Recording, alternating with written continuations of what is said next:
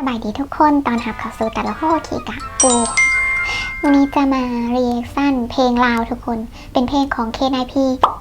เพลงไม่ลาวเนาะทุกคนเป็นเพลงของK9Pเนาะทุกคนฟิตกับ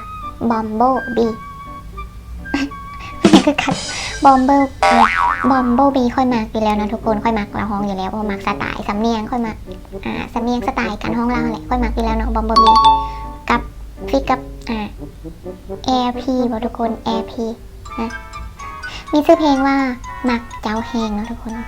หมักเจ้าแหงโอเคไปฟังเลย Day 1ออกกำลังกายสายเฮลตี้ทุกคนแน่เห็ดกระเจ็ดตกอีก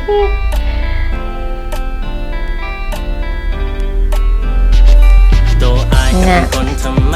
ดาหน้าตากระปานบ้านก็พอไปวัดไปวันมักเจ้าผู้สาวขาขาวผมยาวโอ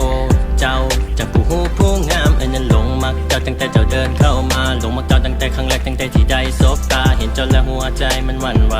เห็นเจ้าแล้วในใจมันอยากบอกเจ้าไปว่าไอ้นั้นมักเจ้าแห้งเด่นละสรุปว่าเป็นคนหรือว่าน้ำฟ้าถ้าไอ้มีคาถาจะเสร็จให้เจ้าหลงก่อนจะใส่เวทมนต์อาคมคาถาเพื่อได้เจ้ามาอายอมเหตุทุกอย่างคือนี่เจ้ามาเคียงคู่เจ้าแห่งคือเป็นตะแพงและอีลาสรุปว่าเป็นคนหรือว่านางฟ้าน้องตกจากสวรรค์สันใดมาโอ้ผู้แก้มแดงมาเหตุให้ใจแบบว่าหัวใจเต้นแห้งบ่ตรงจังว่าโอ้พอเจ้าคือสิ่งที่ขาดไปเมื่อได้มาเจอเจ้าแล้วค่อยจะบ่ยอมให้จากไปคำว่าหักออกจากปากจะกลายเป็นคำออกจากใจค่อยจะให้ทุกความอบอุ่นที่เจ้าบ่เคยได้จากใครเพราะค่อยยังศรัทธาในความหักถึงค่อยบ่เคยได้หับอย่างน้อยเคยได้ให้ไปค่อยจะอยู่เคียงข้างเจ้าและจะบ่ยอมจากไปใส่ถึงค่อยบ่มีทุกอย่างแต่ค่อยก็พร้อมจะให้ใจเพราะว่ามันบ่แม่นไผก็ได้มันขึ้นอยู่ที่ค่อยให้ใครหน้าหังแท้เด้น้องคนบ้านใดสาวลาวหรือสาวไทยจังแม่นถึกใจอายหน้าหังแบบนี้ขาดองคือสีบ่เห็นไปใส่ได้ขอสินสอดได้พร้อมแต่งเงินให้ผมแต่งแล้วน้องจะไปบ่ลาตัวไอ้ก็หัวเป็นคนธรรมดาแต่ว่าหัวใจมันละมีราคาตั้งแต่มีเจ้าเดินเข้ามาได้พบกับเจ้าค่อยซุ่มซื่อพวกความน่าหักของเจ้ามันเฮ็ดให้คนนั้นตายคืนใจค่อยที่ตายไปแล้วจะเป็นคนเฮ็ดให้มันฟื้นจากที่เคยเต้นเป็นเส้นซื่อแต่ตอนนี้มันเต้นเป็นคืนแต่อยากจะบอกว่าเดี๋ยวว่ามันหลายไปแล้วเจ้าเศร้าคิดได้เรื่องว่าเป็นแรปเปอร์นั้นมันต้องหลายใจอยากให้เจ้ามาสัมผัสหัวใจดวงนี้ที่บ่มีไผเลี้ยวตัวค่อยอาจเบิ่งเจ้าสู้แต่ที่หูตัวค่อยนั้นใจเดียวเจ้าแห่งคือเป็นตะแพงและอีลาสรุปว่าเป็นคนหรือว่านางฟ้าน้องตกจากสวรรค์สันใดมาโอ้ผู้แก้มแดงมาเหตุให้ใจแบบว่าหัวใจเต้นแห้งบ่ตรงจังว่าโอ้เพราะเจ้าคือสิ่งที่ขาดไปเมื่อได้มาเจอเจ้าแล้วค่อยจะบ่ยอมให้จากไปคำว่าหักออกจากปากแต่การกระทำออกจากใจค่อยจะให้ทุกความอบอุ่นที่เจ้าบ่เคยได้จากไผเพราะค่อยยังศรัทธาในความหักถึงค่อยบ่เคยได้หับอย่างน้อยเคยได้ให้ไปค่อยจะอยู่เคียงข้างเจ้าและจะบ่ยอมจากไปใส่ถึงค่อยบ่มีทุกอย่างแต่ค่อยก็พร้อมจะให้ใจเพราะว่ามันบ่แม่นไผก็ได้มันขึ้นอยู่ที่ค่อยให้ใครท้อแล้วบ่เห็นผู้สาว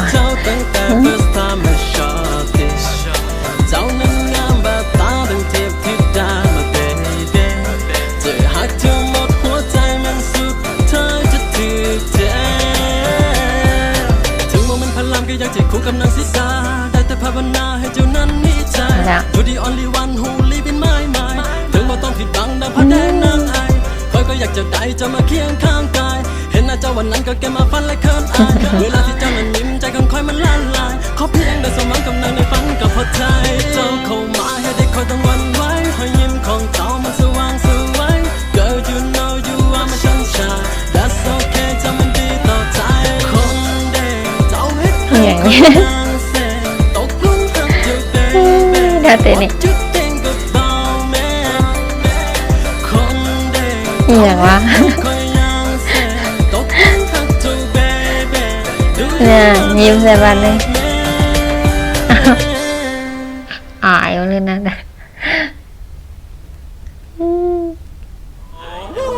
เจ้าแห่งคือเป็นทับแทงทะเลอีลาสรุปว่าเป็นคนหรือว่านางฟ้าลองตกจากสวรรค์สันไหนมา โอ้ผู้แก้มแดงแดงมาเฮ็ดให้ใจแอบแบบว่าหัวใจเต้นแห้งบ่ตรงจังว่าโอ้ อ๋อ สไตล์ฟังเพลินๆเนาะคือเก่าทุกคนฟังเพลินๆไปถ้าหากนี่มักผู้สาวอะออกกำลังกายนะทุกคนไปออกกำลังกายที่สวนสาธารณะไปมักแอบมักเขาอันนี้ฟิตกับบอมบ์บีคือเก่านะทุกคนเพลงทำอิทที่ดังอ่ะคนธรรมดากับฟิตกับบอมบ์บีนะทุกคนเพลงนะ